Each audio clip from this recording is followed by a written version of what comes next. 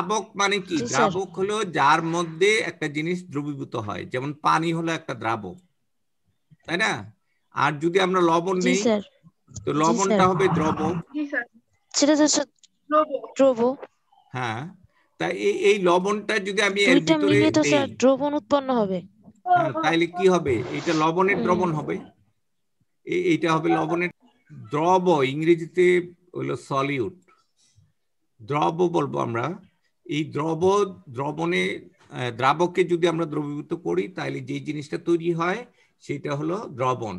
তাহলে দ্রবণ is equal to কি? দ্রাবক প্লাস দ্রব। দ্রাবক প্লাস দ্রব। ক্লিয়ার? আর এই যে দুইটা দেখো, মিলে হয় দ্রবণ। Solute plus solvent is equal two solution. Solute মানে দ্রব, দ্রব প্লাস এটা হলো দ্রাবক। আচ্ছা, দ্রাবকের আরেকটা কথা হলো যার মধ্যে দ্রবীভূত হয় সেটা হলো দ্রাবক, তাই না? আর জি যে স্যার। জিনিসটা দ্রবীভূত হয় জি সেটা স্যার। দ্রবণ হলো একটা সমসত্ব মিশ্রণ। এটা কি সমসত্ব মিশ্রণ? যার উপাদানগুলোর আপেক্ষিক পরিমাণ ধীরে ধীরে একটা নির্দিষ্ট সীমা পর্যন্ত বাড়ানো যায়। দ্রবণে যে দ্রব এবং দ্রাবক তাদের পরিমাণটা একটা নির্দিষ্ট সীমা পর্যন্ত বাড়ানো যাবে, তাইলে সেটা দ্রবণ হবে। দ্রবণ হবে।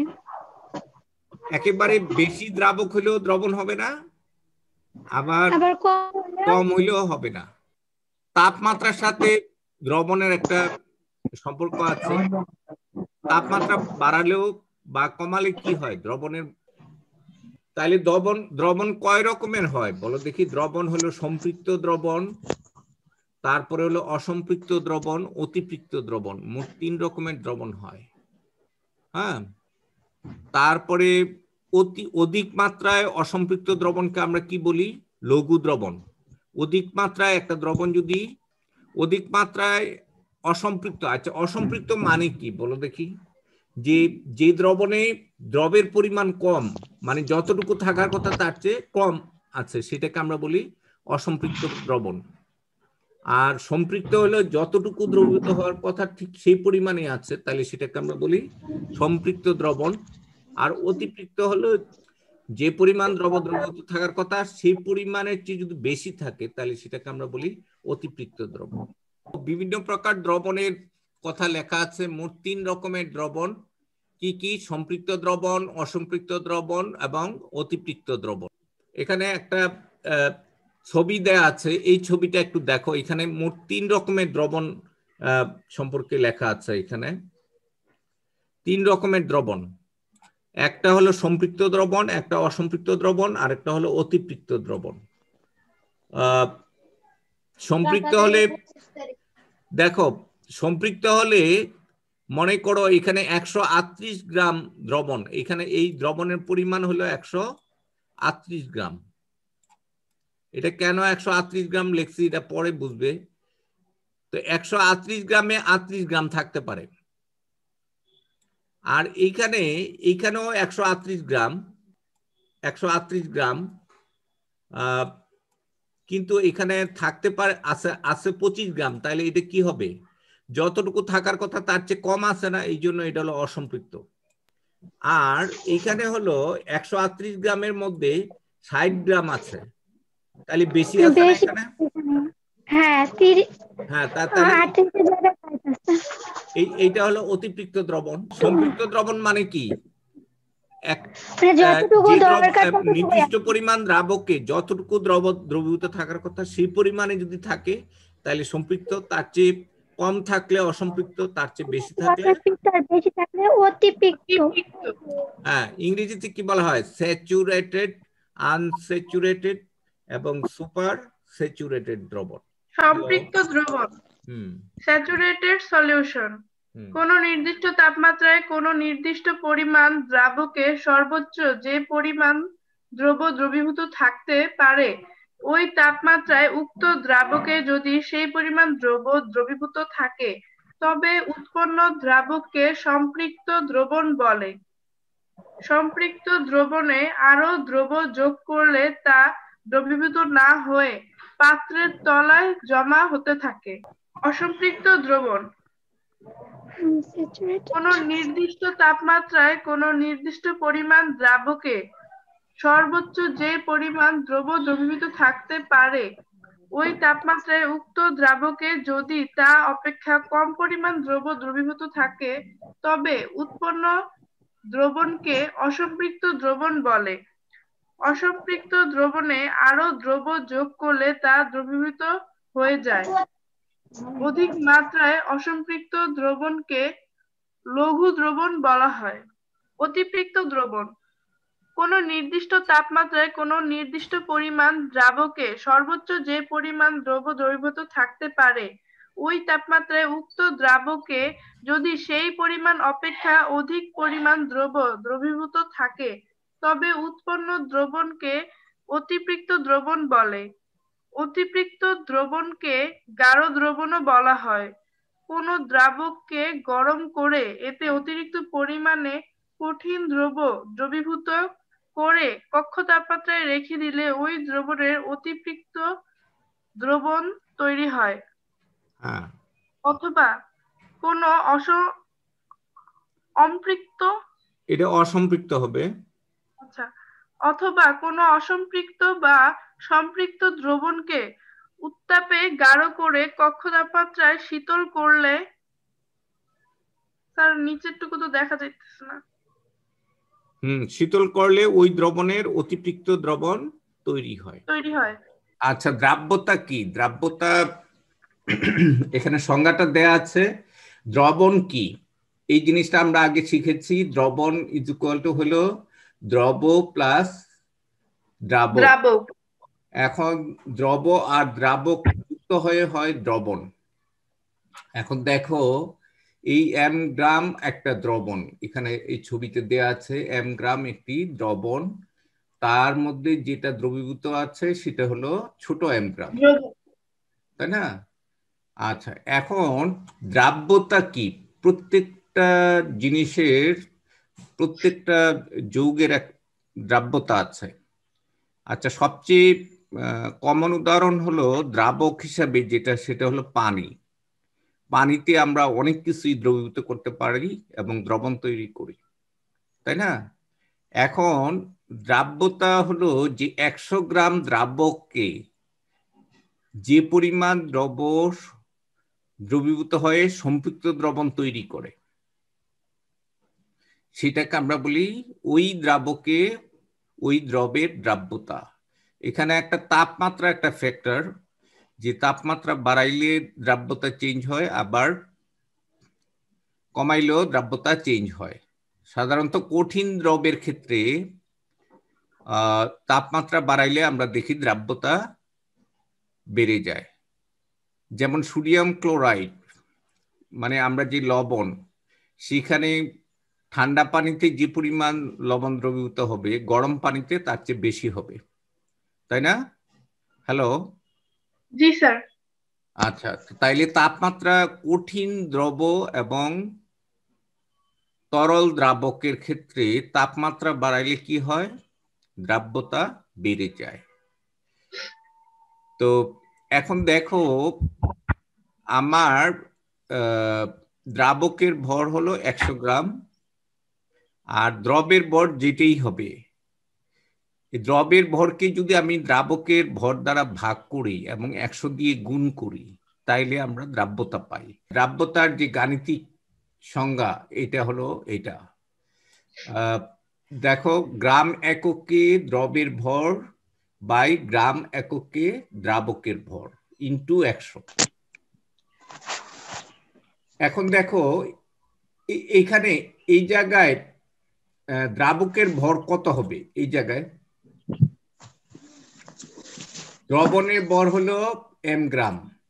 এদিকে দেখো, এই যে এই জিনিসটা 30 ডিগ্রি সেলসিয়াস তাপমাত্রায় এম গ্রাম পরিমাণ কোন সম্পৃক্ত দ্রবণে ছোট এম গ্রাম দ্রব দ্রবীভূত থাকলে দ্রাবকের ভর কি হবে? এটা কি বুঝতে পেরেছ?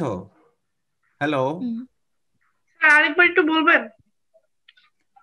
মানে এম গ্রাম দ্রবণে যদি ছোট এম গ্রাম দ্রব দ্রবীভূত থাকে, তাই না? তাইলে দ্রাবকের ভর ইজ ইকুয়াল টু কি হবে? বড় স্যার, এম মাইনাস ছোট এম দ্রবণের প্লাস। ভর থেকে দ্রবর ভর বিয়োগ দিয়ে দিলেই তো হ্যাঁ হ্যাঁ, দ্রাবকের ভর পাবো। দ্রবণের ভর থেকে যদি আমরা দ্রবের ভর বাদ করে দেই বা বিয়োগ করি তাইলে আমরা পাই দ্রাবকের ভর। তাইলে এখানে দেখো এম গ্রাম দ্রবণ, এই দ্রবণটা পুরাটা কত গ্রাম? এম গ্রাম। পুরাটা হলো এম গ্রাম, তাই না? এই এম গ্রাম। এখন এই এম গ্রাম থেকে যদি আমি ছোট এম গ্রাম বাদ দিয়ে দিই তাহলে এখানে কতটুকু? আচ্ছা, আমি আর একটা বাস্তব উদাহরণ দিই। ধরো 200 ml পানিতে, 200 ml দ্রবণে, লবণের দ্রবণে যদি 60 গ্রাম লবণ দ্রবীভূত থাকে তাহলে এখানে পানির ভর কত হবে? 200 গ্রাম দ্রবণে যদি 60 গ্রাম সোডিয়াম ক্লোরাইড দ্রবীভূত থাকে তাহলে এখানে পানির পরিমাণ কত হবে? পানি কি হবে? 200 বিয়োগ 60 গ্রাম, তাই না? আচ্ছা, এখন আমার দ্রাব্যতা হলো 100 গ্রাম দ্রাবকে সম্পৃক্ত দ্রবণে 100 গ্রাম বা কোন সম্পৃক্ত দ্রবণের 100 গ্রাম দ্রাবকে যত গ্রাম দ্রবীভূত থাকে সেটা হলো তার দ্রাব্যতা।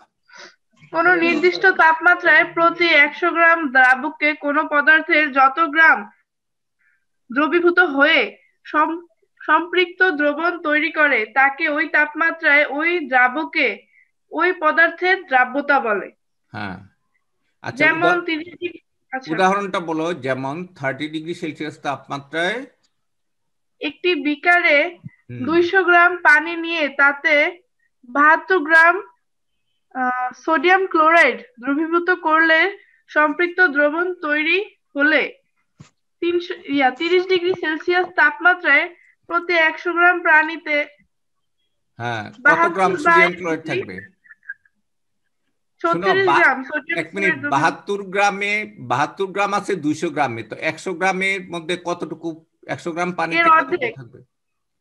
তাহলে 36 গ্রাম। তাহলে এই 30 ডিগ্রি সেলসিয়াস তাপমাত্রায় পানিতে সোডিয়াম ক্লোরাইডের দ্রাব্যতা ইকুয়াল টু কত হবে? 36, তাই না? 100 গ্রামের হিসাব। আচ্ছা, এখন দ্রাবকের পরিমাণ না দিয়ে যদি দ্রবণের পরিমাণ দেওয়া থাকে তাহলে আমরা ইজি বের করতে পারি। দ্রবণ থেকে দ্রবের পরিমাণ বাদ দিলে কি পাই? দ্রাবক পাই, তাই না? কারণ হলো কি বলো দেখি, কারণটা কি? সেই কারণটা হলো দ্রবণ তো দ্রাবক আর দ্রবণ মিলে হইছে। এদিকে দেখো, দ্রবণ, এই দ্রবণ ইজ ইকুয়াল টু কি? দ্রাবক প্লাস দ্রব। হ্যাঁ, দ্রবণ ইজ ইকুয়াল টু দ্রাবক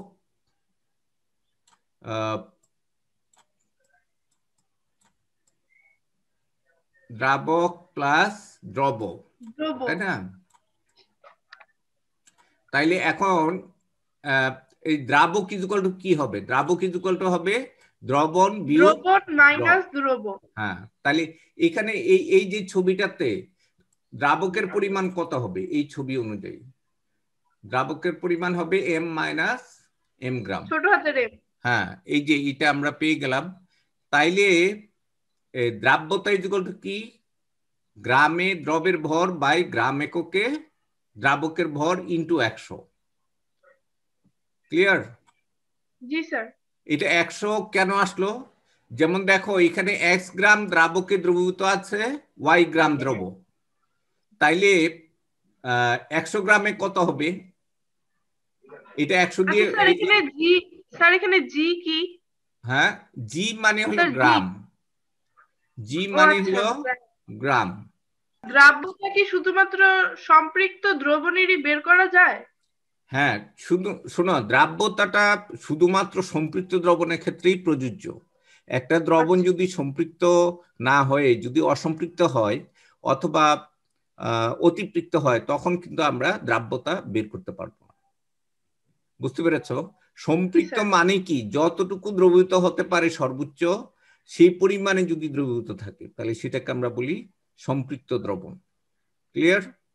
আচ্ছা, তো তাইলে কি দ্রাব্যতা বুঝাইতে কি বলে দ্রব আর দ্রাবকের অনুপাতের পার্সেন্টেজটা বোঝানো হইতেছে না? হ্যাঁ, দ্রবের ভর বাই দ্রাবকের ভর ইন্টু 100। 100 মানে 100 গ্রাম দ্রাবকে কতটুকু আছে, বুঝতে পেরেছ? একে কত? যেমন দেখো এখানে 36 গ্রাম আছে কতর মধ্যে, 100 গ্রামের মধ্যে,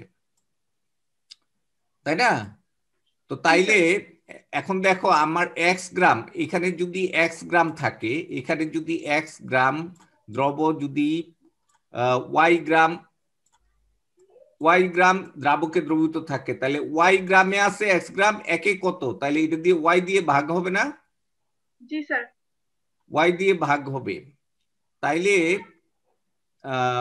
আর 100 গ্রামে কত, তাইলে 100 দিয়ে গুণ হবে। গুণ। তো এটা কি বুঝতে পেরেছো? জি স্যার। তাইলে গ্রাম এককে, এখানে গ্রাম এককে দ্রবের ভর বাই গ্রাম এককে দ্রাবকের ভর ইনটু 100, এই 100 রাশিটা আসছে 100 গ্রাম দ্রাবকে। দেখছো এখানে হলো দ্রব আর এটা হলো দ্রাবক, দ্রবের ভর বাই দ্রাবকের ভর ইনটু 100, এটা মনে থাকবে। আচ্ছা এখানে দেখো এই ছবি অনুযায়ী দ্রাব্যতা কি হবে? ছবি অনুযায়ী দ্রাব্যতা আমরা এত গ্রামের মধ্যে দ্রবীভূত আছে m গ্রাম, তাই না? তাইলে 1 গ্রামে দ্রবীভূত থাকবে কত, এই m কে m মাইনাস m দ্বারা ভাগ, আর 100তে 100 দিয়ে গুণ, তাইলে এইটা হলো দ্রাব্যতার সূত্র, এইটাই হলো দ্রাব্যতার সূত্র, m by m minus m into 100। এখানে mটা কি, বড় হাতের m দ্রাবকের ভর আর দ্রবণের ভর, আর এই ছোট হাতের m হলো দ্রবের ভর, আর m minus m is equal to হলো দ্রাবকের ভর, আর 100 হলো 100 গ্রামের জন্য কত। এখন দেখো কোন বস্তুর তাহলে আমাদের অঙ্কে দ্রবণের মান যাই থাকুক ওইটার হিসেব করে স্যার আমাদের 100 গ্রাম দ্রবণের মানের মধ্যে না, 100 গ্রাম দ্রাবকে, 100 গ্রাম দ্রাবকে। আচ্ছা m মাইনাস m টা এটা কিসের ভর? m মাইনাস m টা কিসের ভর? এটা দ্রাবকের ভর না? জি স্যার। তাইলে দ্রবের ভর বাই দ্রাবকের ভর ইনটু 100, এটা মনে থাকবে। এটাকে আমরা s দ্বারা প্রকাশ করি, এটাকে কি দ্বারা? s দ্বারা। স্যার প্রশ্নে কি সবসময় গ্রাম একক থাকবে? মানে গ্রাম একক তো আমরা বানাবো, কিন্তু প্রশ্নে কি লিটার একক থাকতে পারে বা অন্য কিছু থাকতে পারে, সেটাকে আমাদের গ্রামে কনভার্ট করতে হবে। প্রশ্নের মধ্যে যদি লিটারে থাকে তখন এটাকে আমরা গ্রাম এককে কনভার্ট করব, ওই যে আপেক্ষিক গুরুত্ব বের করে। বুঝতে পেরেছ? আপেক্ষিক গুরুত্ব মানে কি, এক্স মানে একটা জিনিসের ভর বাই সমায়তন, কি সমায়তন পানির ভর, 4 ডিগ্রি সেলসিয়াস তাপমাত্রায় সমায়তন পানির ভর, সেটা হলো আপেক্ষিক গুরুত্ব। তোমরা ওইটা জানো? আপেক্ষিক গুরুত্ব থেকে আমরা ভরটা বের করব। আয়তন দেওয়া থাকলে কি করব, তার আপেক্ষিক গুরুত্ব দিয়ে গুণ করে ভর বের করে ফেলব। তারপরে আমরা দ্রবের ভর, আর এখানে জি মানে কি গ্রাম, এম জি পড়বো না, আমরা বলবো m gram by m minus m gram into 100। আচ্ছা এটা ঐকিক নিয়মে যদি আমরা করি, তোমরা একটু দেখো, এটা যদি ঐকিক নিয়মে করি, এত গ্রাম দ্রাবকে দ্রবীভূত আছে এত গ্রাম দ্রব, তাহলে একে কত হবে, এটা দিয়ে ভাগ হবে না, আর 100তে কত হবে, এই 100 দিয়ে গুণ হবে। আচ্ছা এরপরের পয়েন্টটা আমরা একটু পড়ি, একটু বলো তো এখান থেকে, একটু পড়ে শোনাও আমাকে এখান থেকে। দ্রাব্যতা কি কি বিষয়ের উপর নির্ভর করে? আচ্ছা, কোন বস্তুর দ্রাব্যতা দ্রবের প্রকৃতি, দ্রাবকের প্রকৃতি, পারিপার্শ্বিক চাপ ও তাপমাত্রার উপর নির্ভর করে। 2, সাধারণত কঠিন দ্রবের ক্ষেত্রে তাপমাত্রা বৃদ্ধির সাথে সাথে দ্রাব্যতা বৃদ্ধি পায়। তরল বা কঠিন দ্রবের দ্রাব্যতার উপর চাপের তেমন কোনো প্রভাব নেই। গ্যাসীয় দ্রবের ক্ষেত্রে চাপ বৃদ্ধি ও তাপমাত্রা হ্রাস করলে দ্রাব্যতা বৃদ্ধি পায়। শোনো, গ্যাসের বেলায় আমরা যদি চাপ দেই তাহলে দ্রাব্যতা বেড়ে যায়। তোমরা 7 আপ পেপসি দেখছো না, ওইটার মুখ খুলে দিলে অনেক গ্যাস বেরিয়ে আসে না? জি স্যার। তো মুখ খুলে দিলে কি হয়, চাপ হ্রাস পায়। হ্যাঁ, চাপ হ্রাস পেলে কি হয়, বুদবুদ আকারে ভিতর থেকে গ্যাস বেরিয়ে আসে। এই কারণে আমরা কি করি, চাপ যাতে না হ্রাস পায়, এই জন্য আমরা কি করি, ঠান্ডা অবস্থায় রাখি। পেপসি, 7 আপ এগুলো ঠান্ডা অবস্থায় রাখি কেন? পেপসি, 7 আপটা কি, কার্বন ডাইঅক্সাইডের জলীয় দ্রবণ, সোডিয়াম বাইকার্বনেটের জলীয় দ্রবণ, এটাকে সোডা ওয়াটার বলি আমরা, বুঝতে পেরেছ? তো সোডিয়াম কার্বনেট আর কার্বন ডাইঅক্সাইড এগুলো আমরা কি করি, পানিতে দ্রবীভূত করে সোডা ওয়াটার তৈরি করি। তো এই সোডা ওয়াটারের এইটা হাই প্রেসারে এর মধ্যে ভরা থাকে কার্বন ডাইঅক্সাইড। তাইলে গ্যাসের বেলায় চাপ বৃদ্ধি করলে কি হয়, তার দ্রাব্যতা বেড়ে যায়, বুঝতে পেরেছ? তো 7 আপ পেপসিকে যদি আমরা একটু গরম করি তাইলে ওটা ফেটে যাবে, কারণ ভিতরের যে গ্যাস বেরোনোর জন্য ওটা ফেটে যেতে পারে। এই কারণে আমরা কি করি, সবসময় ঠান্ডা পরিবেশে রাখি, অর্থাৎ যত তাপমাত্রা কমাই গ্যাসের দ্রাব্যতা বেড়ে যায়, বুঝতে পেরেছ?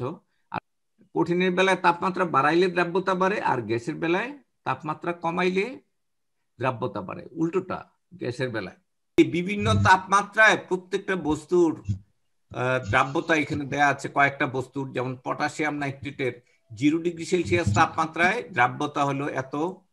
এখানে দেখো আস্তে আস্তে তাপমাত্রা বৃদ্ধি করলে কি হয়, দ্রাব্যতা বেড়ে যায়। কপার সালফেটের দ্রাব্যতা এখানে দেয়া আছে, দেখো কপার সালফেটের আরেকটা নাম হলো তুতে, হ্যাঁ, বা ব্লু ভিট্রিয়ল।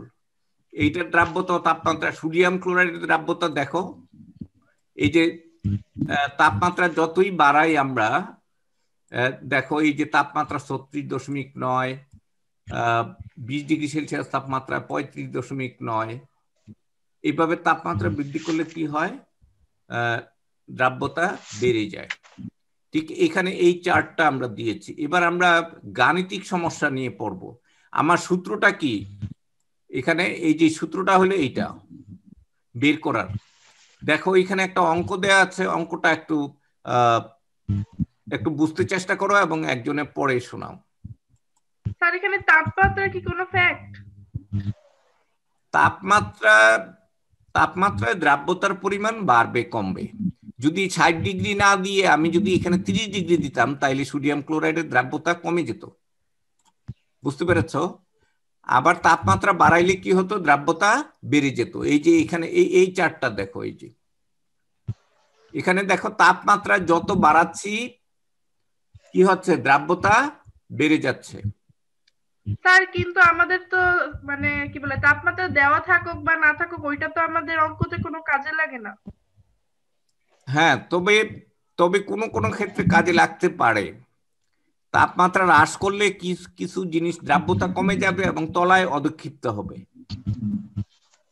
তুমি যদি চুলায় একটা জিনিস গরম করো, চিনির দ্রবণ, এটাকে ঠান্ডা করে তাপমাত্রা কমালে কি হবে, দ্রাব্যতা কমে যাবে না, এটা তলায় জমা পড়ে যাবে না?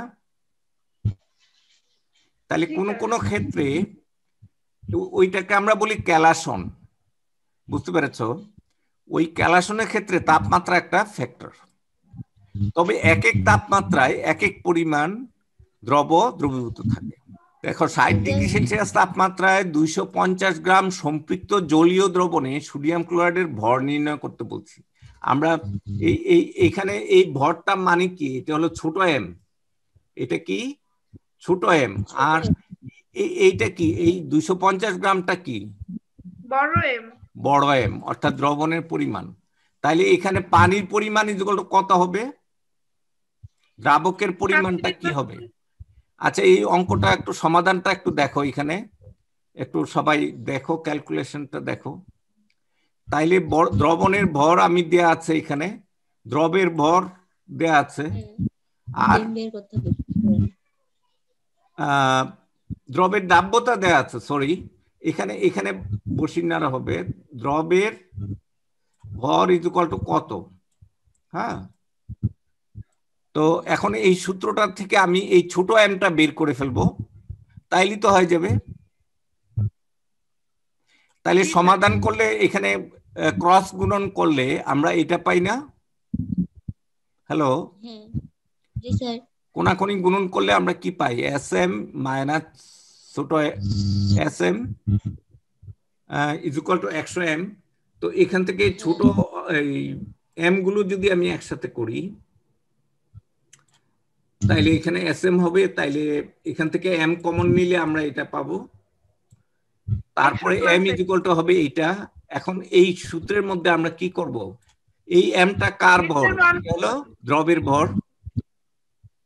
তো এখন এই মানগুলো যদি আমরা বসিয়ে দেই দিয়ে ক্যালকুলেট করি তাহলে এইটা পেয়ে যাব। এই দ্রাব্যতা গ্রাফ এইটা হলো দ্রাব্যতা বনাম তাপমাত্রা। ওই যে আমরা একটা লিস্ট দেখেছিলাম যে এক এক তাপমাত্রায় এক একটা জিনিসের দ্রাব্যতা কি হয়, চেঞ্জ হয়ে যায়। যেমন সোডিয়াম ক্লোরাইডের তাপমাত্রা 0 ডিগ্রি করলে একটা মান পাওয়া যাবে, এই যে এখানে পাওয়া যাবে 0 ডিগ্রিতে কত 36-এর মতো বা 35 না আরো কম হবে 34-এর মতো। তারপরে যদি 10 ডিগ্রি করি তাহলে তার দ্রাব্যতা একটু বাড়বে। 30 ডিগ্রিতে দ্রাব্যতা বেড়ে কত হবে বলো দেখি, সোডিয়াম ক্লোরাইডের আরো বেড়ে যাবে, প্রায় 36-এর মতো হবে। তারপরে 40-এ কত হবে। এইভাবে আমরা 100 ডিগ্রি সেলসিয়াস তাপমাত্রায় বা ধরো এই যে এখানে এই 90 ডিগ্রি সেলসিয়াস তাপমাত্রায় সোডিয়াম ক্লোরাইডের দ্রাব্যতা বেড়ে কত হবে, এখানে গ্রাফটা দেখো 50-এর মতো হবে, তাই না? তাইলে আমরা এখানে দেখলাম যে তাপমাত্রা বাড়ালে দ্রাব্যতা বাড়ে। এটা কোন ক্ষেত্রে বাড়ে বলো দেখি, এটা হলো কঠিন দ্রব এবং তরল দ্রাবকের দ্রবণের ক্ষেত্রে এইভাবে বেড়ে যায়, তাই না? যেসব যৌগের অণুতে কেলাস পানি আছে তাদের তাপমাত্রা বাড়াতে এমন একটা পর্যায়ে আসবে যখন তাপমাত্রা বাড়ালে তার দ্রাব্যতা কি হবে, কমে যাবে। বুঝতে পেরেছ? যেমন কপার সালফেটের কথা বলতে পারি, ফেরাস সালফেটের কথা বলতে পারি। যেমন দেখো এখানে আমি যদি কপার সালফেট নিতাম তাহলে গ্রাফটা কেমন হতো, গ্রাফটা হতো যে এখানে তাপমাত্রা বাড়ালে এইভাবে দ্রাব্যতা বাড়তে থাকবে এবং এক পর্যায়ে দেখা যাবে যে আবার দ্রাব্যতা কমবে। অর্থাৎ এইখানে ছিল কপার সালফেট,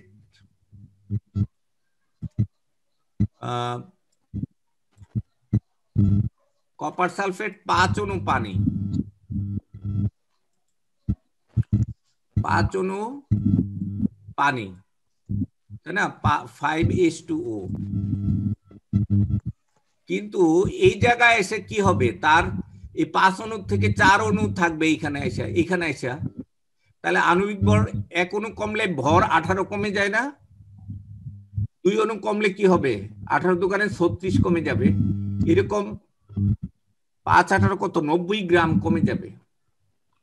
তাহলে যে কারণে এক পর্যায়ে এখানে শুধু কি থাকবে, তাপমাত্রা বাড়ালে কপার সালফেট, পানি থাকবেই না। বুঝতে পেরেছ? এখানে বলছে কত গ্রাম, এই 250 গ্রাম সমৃদ্ধ দ্রবণ তৈরি করতে কত গ্রাম তুতে নিতে হবে, তাই না? দ্রাব্যতা দেয়া আছে, তাহলে এখানে এইটা দেয়া আছে কি এস, আর এখানে কি দেয়া আছে এম, আর ছোট হাতের এম কত এটা আমরা বের করব। ঠিক আছে? আচ্ছা পারবে। এরপরের অঙ্কটা দেখো, এইটা আবার একটু ভিন্ন রকম, এটা সমাধানটা দেখো। এখানে দুটো তাপমাত্রা দেয়া আছে, ওই যে বললাম যে তাপমাত্রার উপর যে নির্ভর করে, তাপমাত্রা কমালে বাড়ালে কি হয়, দ্রাব্যতা কমে বাড়ে, তাই না? তো তাইলে 25 ডিগ্রি সেলসিয়াস তাপমাত্রায় এবং 75 ডিগ্রি সেলসিয়াস তাপমাত্রায় কি এম এ একটা যৌগের নাম বলি নাই, তার দ্রাব্যতা হলো 25 এবং 50। এখন এর তাপমাত্রাটা যদি 75 থেকে যদি আমি 25 ডিগ্রি করি তাহলে কত গ্রাম কেলাস তৈরি হবে। আমরা এখানে একটা ছবি এঁকে এমনি এভাবে দেখাই যে এখানে তাপমাত্রা ছিল কত 75 ডিগ্রি সেলসিয়াস। এখন এইটাকে যদি আমি ঠান্ডা করি, এখানে কি ক্যালাসটা কি দ্রবণ না নাকি দ্রবণ? না, ক্যালাসটা হলো নিচে এরকম জিনিস, কঠিন জিনিস জমা পড়বে, তাই না? এখন এখানে তাপমাত্রা হলো 25 ডিগ্রি সেলসিয়াস, এখানে তাপমাত্রা হলো 25 ডিগ্রি সেলসিয়াস, তাই না? তাইলে এখানে 75 ডিগ্রিতে যে পরিমাণ থাকবে 25 ডিগ্রি সেলসিয়াস তাপমাত্রায় কি সে পরিমাণ থাকবে দ্রবণে? না স্যার, কমে যাবে। তাহলে অতিরিক্তটা কি হবে? অতিরিক্তটা এখানে জমা পড়বে। তাইলে মনে করো এখানে যদি W গ্রাম থাকে আর এখানে যদি W1 গ্রাম থাকে, তাইলে জমা পড়বে কতটুকু? জমা পড়বে W মাইনাস W1 গ্রাম, তাই না? তাইলে এখন দুইবার অঙ্ক করব, একবার করব 75 ডিগ্রি সেলসিয়াস তাপমাত্রায় এই 20 গ্রাম সম্পৃক্ত দ্রবণে কতটুকু ছিল, তারপরে আবার 25 ডিগ্রি সেলসিয়াস তাপমাত্রায় এই 20 গ্রাম দ্রবণে কতটুকু থাকবে, তারপরে এই W আর W1 এর বাদ দিলে আমরা কতটুকু জমা পড়বে সেটা আমরা বের করব। এবার অঙ্কটা একটু দেখো। কত? না, দ্রাব্যতা না, তলায় কতটুকু ক্যালাস পড়বে সেটা আমরা বের করব। স্যার অঙ্কটা বের করার জন্য আমাদের দ্রাব্যতা লাগবে না? হ্যাঁ, দ্রাব্যতা তো দেয়া আছে, ওই যে 25 আর 50। ও আচ্ছা, ঠিক আছে। দেখো 25 ডিগ্রি সেলসিয়াস তাপমাত্রায় দ্রাব্যতা হলো 25 আর 75 ডিগ্রি সেলসিয়াস তাপমাত্রায় দ্রাব্যতা হলো 50। তাহলে অর্থাৎ 75 ডিগ্রি সেলসিয়াস তাপমাত্রা 50 গ্রাম থাকবে কতটুকু দ্রবণে? 175 গ্রাম দ্রবণে, তাই না? শোনো, এখানে দ্রবের ভর কত? শোনো, দ্রাব্যতা মানে কি? দ্রবের ভর। এই ছোট এম কত? ছোট এম হলো 50, তাই না? 50 গ্রাম। এই দ্রাব্যতা 50 এর মানে কি? 100 গ্রাম দ্রাবকে কত গ্রাম দ্রবণীয়তা থাকবে? 50 গ্রাম। শোনো, 100 গ্রাম এই দ্রাবকের ভর হলো 100 গ্রাম, আর দ্রব কত হবে? 50 গ্রাম। তাহলে এই দুইটা মিলে কত হবে? 150 গ্রাম দ্রবণ, তাই না? 150 গ্রাম। তাইলে 150 গ্রাম দ্রবণে দ্রব আছে কত গ্রাম? 50 গ্রাম। হ্যাঁ, তাহলে একে কত, 20 কত? হ্যাঁ স্যার, বুঝতে পারছি। হ্যাঁ, এখানে দেখো দ্রাব্যতা S মানে হলো এইটা, ঠিক আছে? তাহলে এই সূত্রের মধ্যে আমি বসাই দিলাম। এটা সমাধান করে আমরা কি M = কত পাই?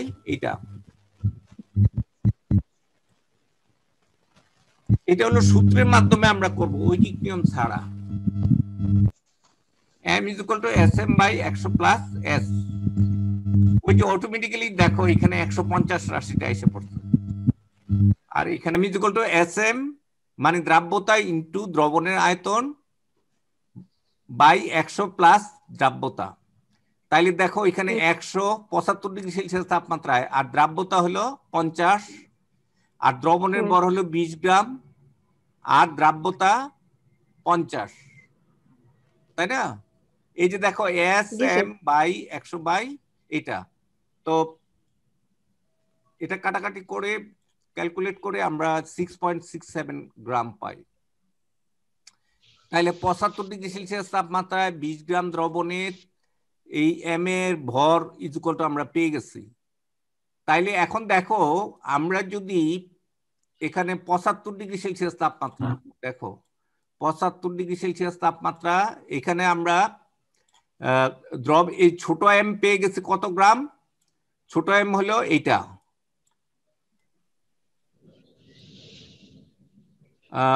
ছোট M = কত গ্রাম? এইটা। আর বড় M = কত? 20 গ্রাম না বড় M? হ্যাঁ স্যার। তো তাইলে বড় M থেকে ছোট M বাদ দিলে কি দ্রাবকের পরিমাণ পাওয়া যায় না? এই যে এটা। স্যার, তাইলে এখানে এই দ্রবণের মধ্যে 75 ডিগ্রি সেলসিয়াস তাপমাত্রায় দ্রাবকের ভরও আমরা পেয়ে যাই। 25 ডিগ্রি সেলসিয়াস তাপমাত্রায় দ্রাবক হলো এটা। জি স্যার। বুঝতে পেরেছো? Yes, sir. আমার দ্রাবক কিন্তু তাপমাত্রা কমাইলে বাড়াইলো দ্রাবকের পরিমাণ স্থিরই থাকবে। তাইলে 25°C তাপমাত্রায় পানিতে তার দ্রাব্যতা হলো Yes, sir. 25 দেয়া আছে, আর তাইলে দ্রাবকের ভর কত এটা তো আমরা বের করে ফেললাম উপরের সূত্র দিয়ে। তাইলে m ইকুয়াল টু কত দ্রবের ভর। এখন এই সূত্র থেকে m ইকুয়াল টু কত, এই যে দেখো এগুলো বসাই দিই।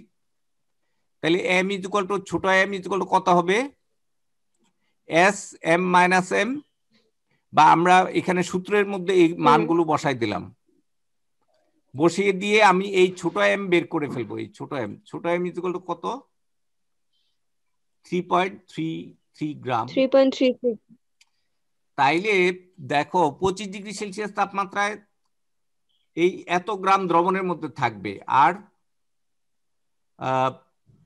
ছিল কত গ্রাম, 75°C তাপমাত্রায় ছিল এত গ্রাম। তাইলে বাকিটা কি হবে, তলায় পড়ে যাবে না? আমি আবার একটু Yes, sir. ছবি এঁকে দেখাই এখানে। যেমন দেখো এখানে আগে ছিল,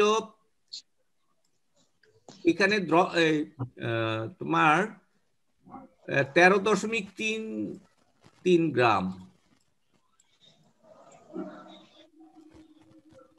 এটা কার ভর বলো দেখি, দ্রাবকের ভর। আর এইখানে দ্রবের ভর আমরা কত পেলাম, এখানে শেষ পর্যন্ত দ্রবের ভর আমরা এখানে পেলাম হলো 3.33 গ্রাম। 3.33 গ্রাম। কিন্তু অ্যাকচুয়ালি কত ছিল, এখানে 6.67 গ্রাম ছিল না? এই বাকিটা এখানে তলায় পড়ে গেছে। এটাকে আমরা বলি অদক্ষেপ।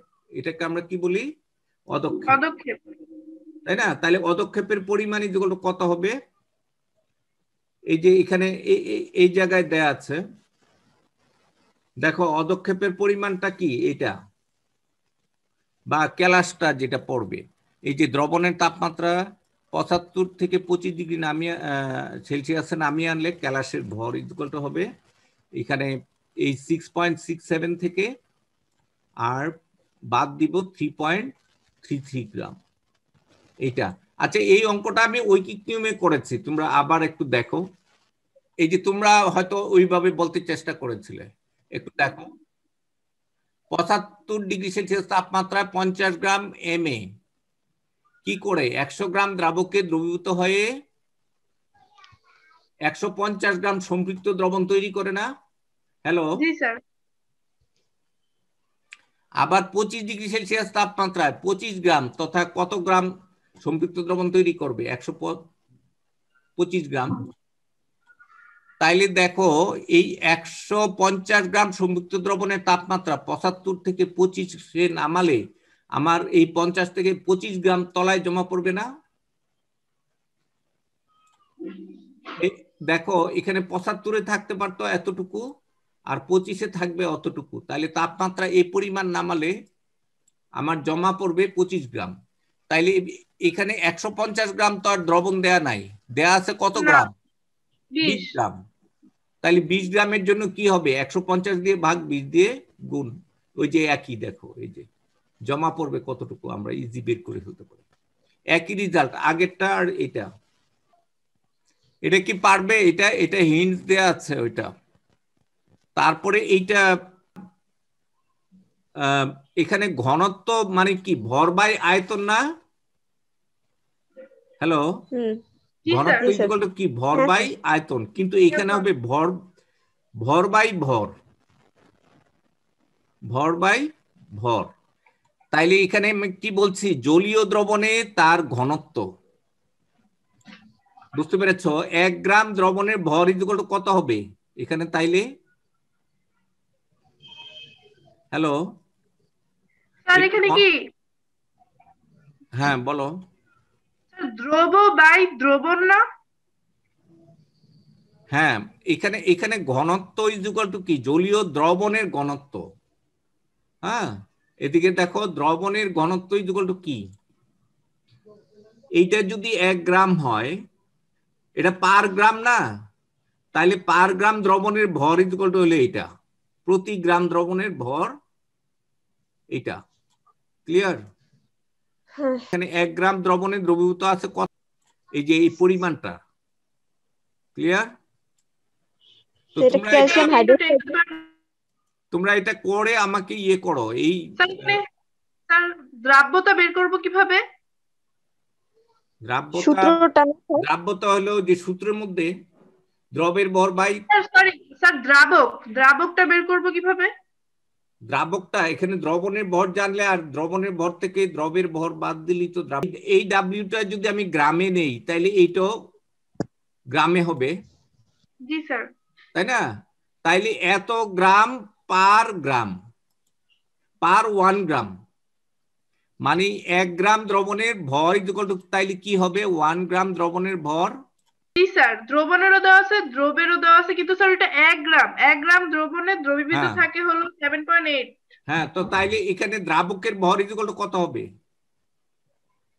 এই 1 থেকে এটা বাদ না? হ্যাঁ। তাইলে দ্রাব্যতা ইকুয়াল টু কি? এস ইকুয়াল টু হলো দ্রবের ভর, মানে m by m minus m into 100, তাই না? এইটার মানটা তো হলো, এইটার মানটা কত? এই যে এইটা, তাই না? আর এই m এর মান কত হবে? m এর মান হলো এইটা, তাই না? তাহলে m minus m is equal two আবার এইটা না, এই m। হ্যাঁ স্যার। তো তাইলে এই সূত্রে ক্যালকুলেট করে আমরা ইজি বের করতে পারি না? জি স্যার। এখানে ক্যালসিয়াম হাইড্রোক্সাইডের দ্রাব্যতা কত? তাইলে 1 গ্রাম দ্রবে দ্রবীভূত ক্যালসিয়ামের ভর ইকুয়াল টু হলো যেটা দেয়া আছে। ক্লিয়ার?